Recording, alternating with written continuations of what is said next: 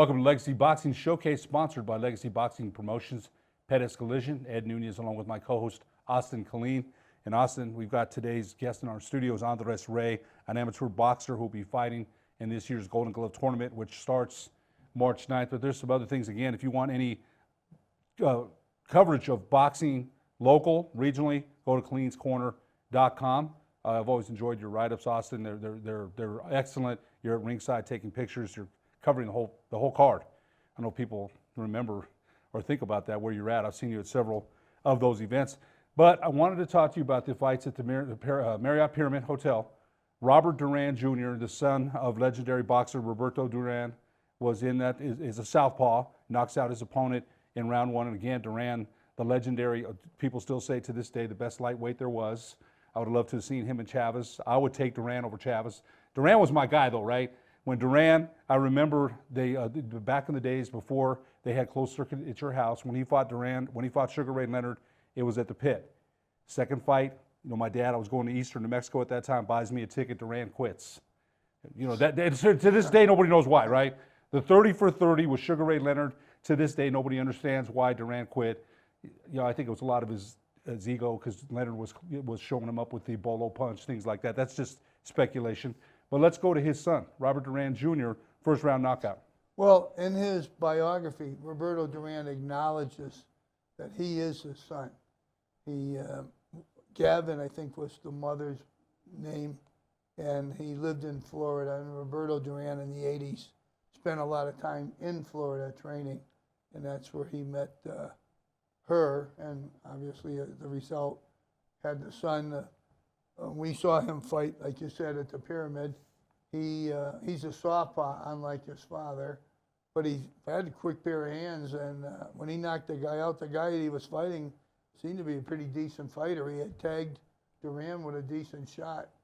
And 45 seconds into round one. Yeah, but he got tagged. I got a photo of, matter of fact, my cameraman didn't get a good photo of Duran's knockout. He got a good shot of Duran getting tagged with a hook. And afterwards, he couldn't sign. He was so nice. He signed autographs, posed with pictures, talked to everybody. By the way, he's English. He's an American, right? Right. He's an American. Nothing against Duran, who's Panamanian and spoke Spanish, but his son, Robert Duran Jr., is an American. But look at the money Duran threw away there, because they wanted him for commercials. And he couldn't speak any English whatsoever. Never even tried to speak English. Well, again, you know what? He in the movie, he speaks broken English, right? He doesn't speak English. But I'll tell you one thing about Duran.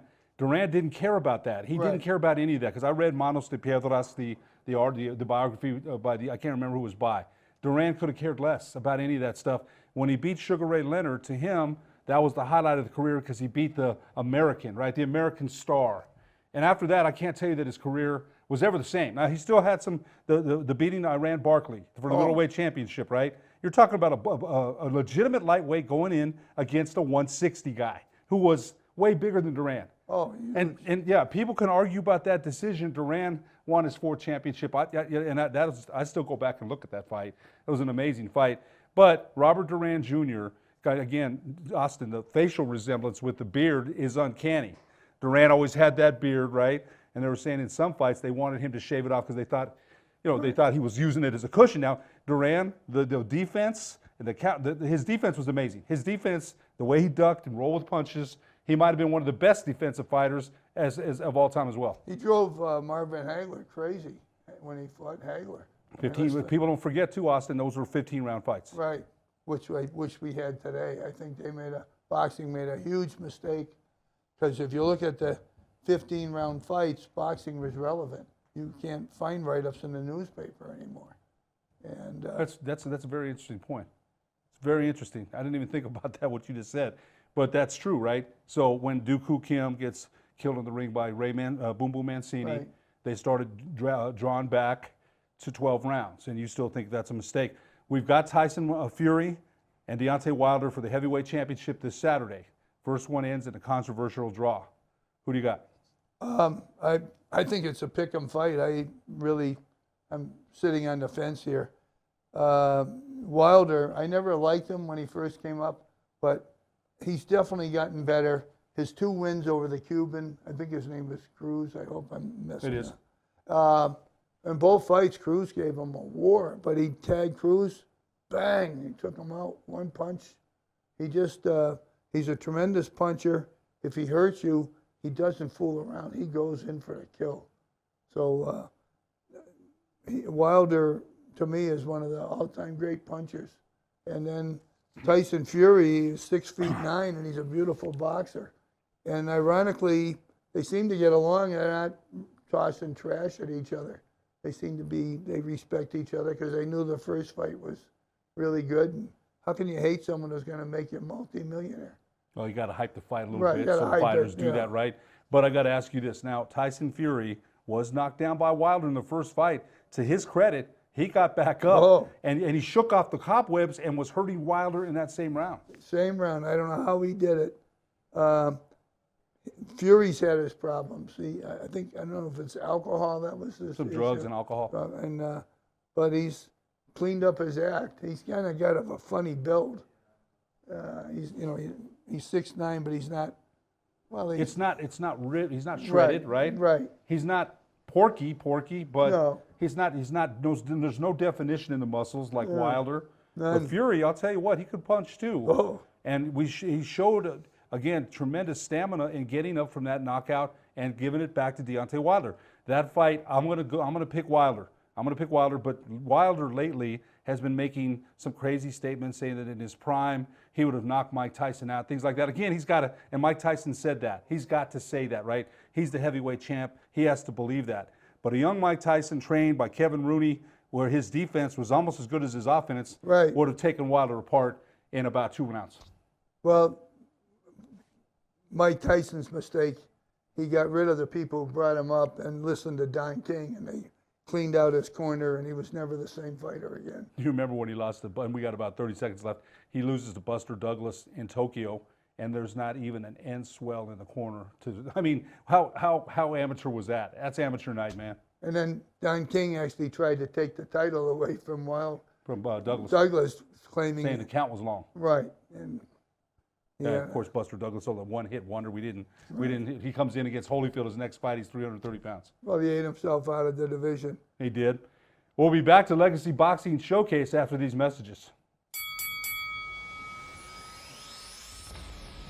Perez Collision Center is a proud sponsor of Proview Networks and Albuquerque Boxing.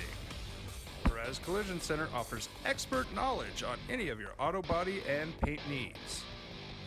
Give them a call today, 505-254-4655, or stop by for a visit at 2415 2nd Street Northwest in Albuquerque, New Mexico. Perez Collision Center. Sadie's is a proud supporter of New Mexico high school sports and athletics, and we here at Proview Networks would like to thank Sadie's for their continued support in helping us bring you all of your New Mexico high school sports coverage. Well, I'm going to the frontier, walk up to the cashier, order up a root beer and a number one. Cover it with green stuff, one scoop is not enough. Find a booth is real tough, back by the Duke. Meet my family, meet my friends in the quirkiest restaurant I have ever been. All of Albuquerque's favorite spot, it's the Frontier Restaurant. The Frontier Restaurant is a proud supporter of Proview Sports Network.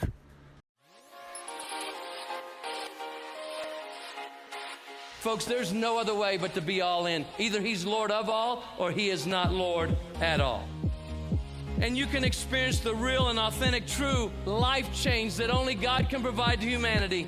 See, when we truly encounter Jesus and purpose to know him and follow his teachings, hashtag life change will occur.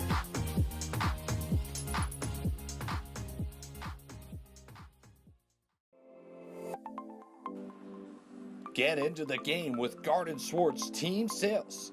They have everything you need, from screen printing, embroidery, and digital printing services, high school letterman jackets, and all high school and club uniforms and individual and team apparel with the most reliable brands like Speedline, Rawlins, and Wilson. And don't forget to check out the latest F7 Shut helmet. It's all at Garden Swartz Team Sales. Give them a call, 505-884-1234. Garden Swartz Team Sales.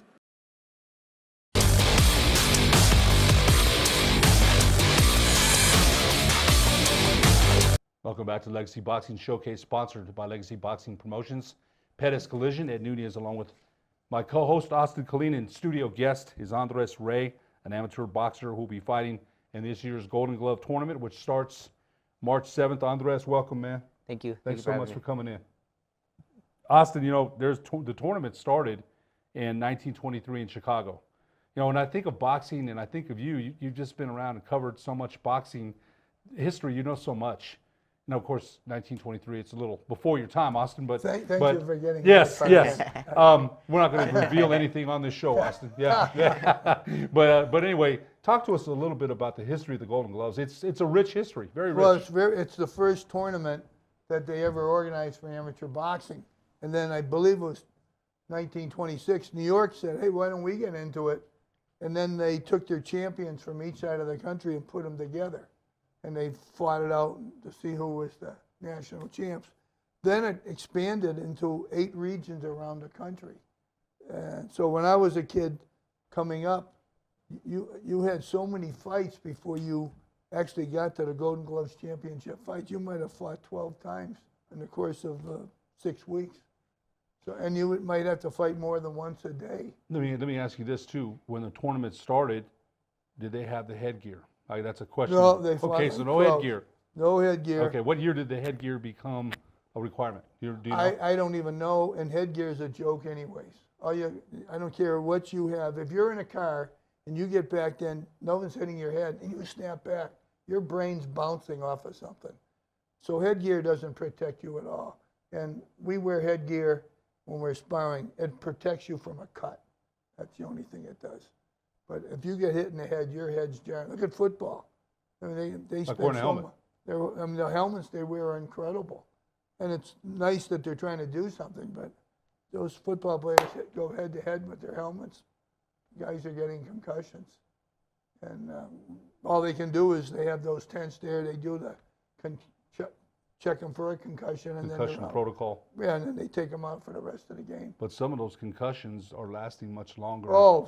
I just read about the Redskins tight end Jordan Reed. He still has symptoms 6 months later. That's crazy. Anyway, go back to your history about Golden Gloves and go ahead and ask Andres some questions. I know you have some for him. Well, the very first one, and this is something anybody in boxing has to answer at some point, but you were sparring a couple of weeks ago really hard, and when you got all done, you grabbed a bucket and you threw up in it. Yeah. And I went over, dumb me, I went over and looked in the bucket, and I almost threw up. It was a bunch of water. It was all the water. But what motivates you to keep fighting after an experience like that? Just want to keep getting better, man. Want to keep getting better every day. Think about my daughter. Can't just quit. So the first, I agree with you. When I was high school, 17, Gary Kelly put me on the floor with a body shot. And then he picked me up. You can't quit because you quit easier the next time. So don't quit. And he had me patty cake him, but I was ready to die. And he just blasted me in the stomach. That's where I wound up. I had nothing to throw up, but watching you that day, and then you went back and started working on the bags. I think you rinsed your mouth out in the men's room. Yes. And you came back and you kept on training. Yeah. So you had to answer a question that day. That's when I figured you were for real. Yeah. So I don't think you're ever going to quit. Nah, never. Who's been your inspirations in boxing? I mean, you've got a record, by the way, of 5-3, an amateur record of 5-3. You mentioned your daughter about wanting to get better. Yeah. But those that have been in the ring, Austin Colleen's been in the boxing fan since 10 years old. But I've never, we've got some gloves out in the backyard one time. Once I got hit in the face once, that was it. So only those that are in the ring that know about it can talk about it. What drives you? Who's been your professional motivator? Do you have a boxer, a favorite boxer that you look at, or in town? Has anybody mentored to you locally? I don't exactly have like a favorite. I have a few that I like and stuff, like Lomachenko, Gervonta Davis. His power is awesome. But the main reason I like to fight is because my dad, I remember he used to take us around town, me and my little brother, and he'd be like, "You're gonna fight this guy. You're gonna put on the gloves with him." So you know what I mean? It just became normal. Started wanting to do it. Yeah, because I think everybody has an origin. Basketball was my thing, and my brother was real good at it, right? So I wanted to be as good as he was. So that was through your dad taking you to local boxing in town? Nah, not even in town. It was just whoever in the street. Whoever Oh, was man. around my No size. rules, right? Yeah, You got no, gloves nothing. on. It's not Yeah. bare knuckle. Yeah, no, It's no. gloves. Yeah, just those are gloves. whole and different rules, man. Whoever was around my size or my little brother's size, he'd be like, get it with them. Does your little And brother he- box too? No, he didn't. He didn't end up doing it. And my dad just loved it a lot. He trained and everything, so he'd always have me trying to get me in the gym all the time. Did your dad fight? Nah, he didn't. Just trained. Just trained, yeah. Yeah, which is, I shouldn't just say just Hey, trained. Because he when loves you- it too. He loves to spar everything. Austin could tell you about the work put in that fighters have to do. It's incredible. Go ahead, Austin. I know you got another question for him. Andreas, you just missed a golden opportunity because the Perez brothers have an open invitation to our co-hosts to come down to the gym. Oh, really? Yeah, there you go. Fine. I'd like to see Ed with the double. Yeah, I'll pass, man. I'd love to, but yeah, we all. You know what? I've got strengths, and I'd love to. We'd love to mess around. If I was younger, I would take you up on that, but not now. And I don't mean I'm going to fight anybody because I'm not. Right? Everyone thinks they can do it till Till they get in there, yeah. What did Mike Tyson say? Everyone's got a plan till you get hit in the face, Yep. punched in the mouth. Yeah. That plan goes astray real quick. Oh, yeah. Anyway, go ahead, Austin. We've got about a minute left in this segment. We'll bring on the rest back in for one more. Well, Andreas trains at the Perez gym, and it's we have Monday through Thursday we're opened, and Andreas does a lot of sparring. He's sparring with another fighter who's turning pro on the 28th. So you guys go at it pretty good. Yeah. We go at it hard, honestly. But I've seen the way you've developed. At first, you just threw a lot of punches. Mm-hmm. But now, one of the things I notice you're doing now, when you're hurt, you know how to cover up. You look like you're going to punch, but you're really trying to just get oxygen. Mm-hmm. But if you can fool your opponent, and that's something you've learned how to do. You didn't know at first. Nah, I was really green at first. When did you first see an improvement and say, geez, I'm actually making some progress? Do you remember sparring somebody or in a fight or something? I just started noticing it little by little, and then now that I feel like I've been going a lot harder in the gym, so I see it a lot more now. Well, David Rios didn't referee you on Saturday, but he told me, in fact, he told me right outside that he sees a big improvement in you. Yeah.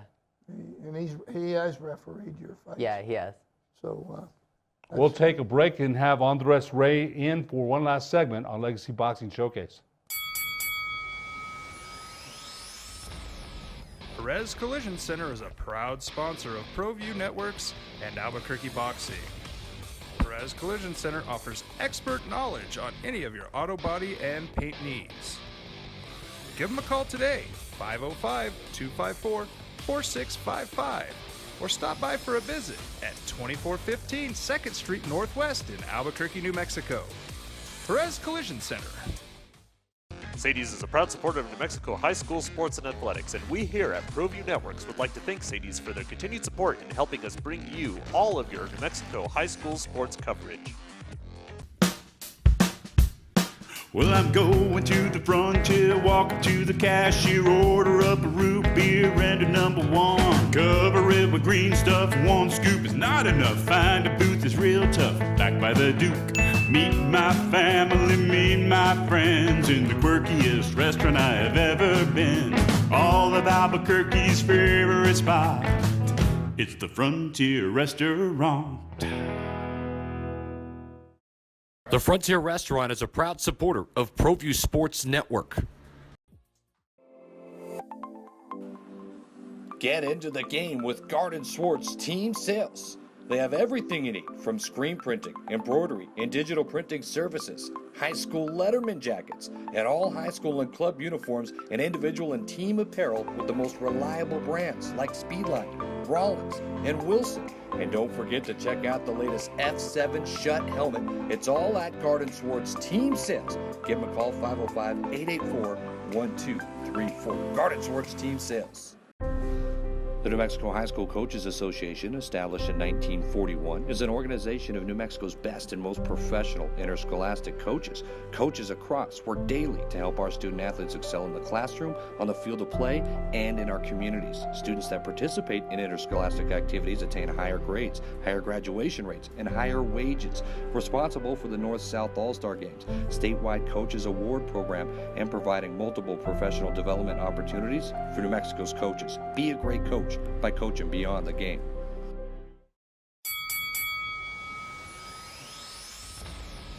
Perez Collision Center is a proud sponsor of Proview Networks and Albuquerque Boxing. Perez Collision Center offers expert knowledge on any of your auto body and paint needs. Give them a call today, 505-254-4655, or stop by for a visit at 2415 2nd Street Northwest in Albuquerque, New Mexico. Perez Collision Center.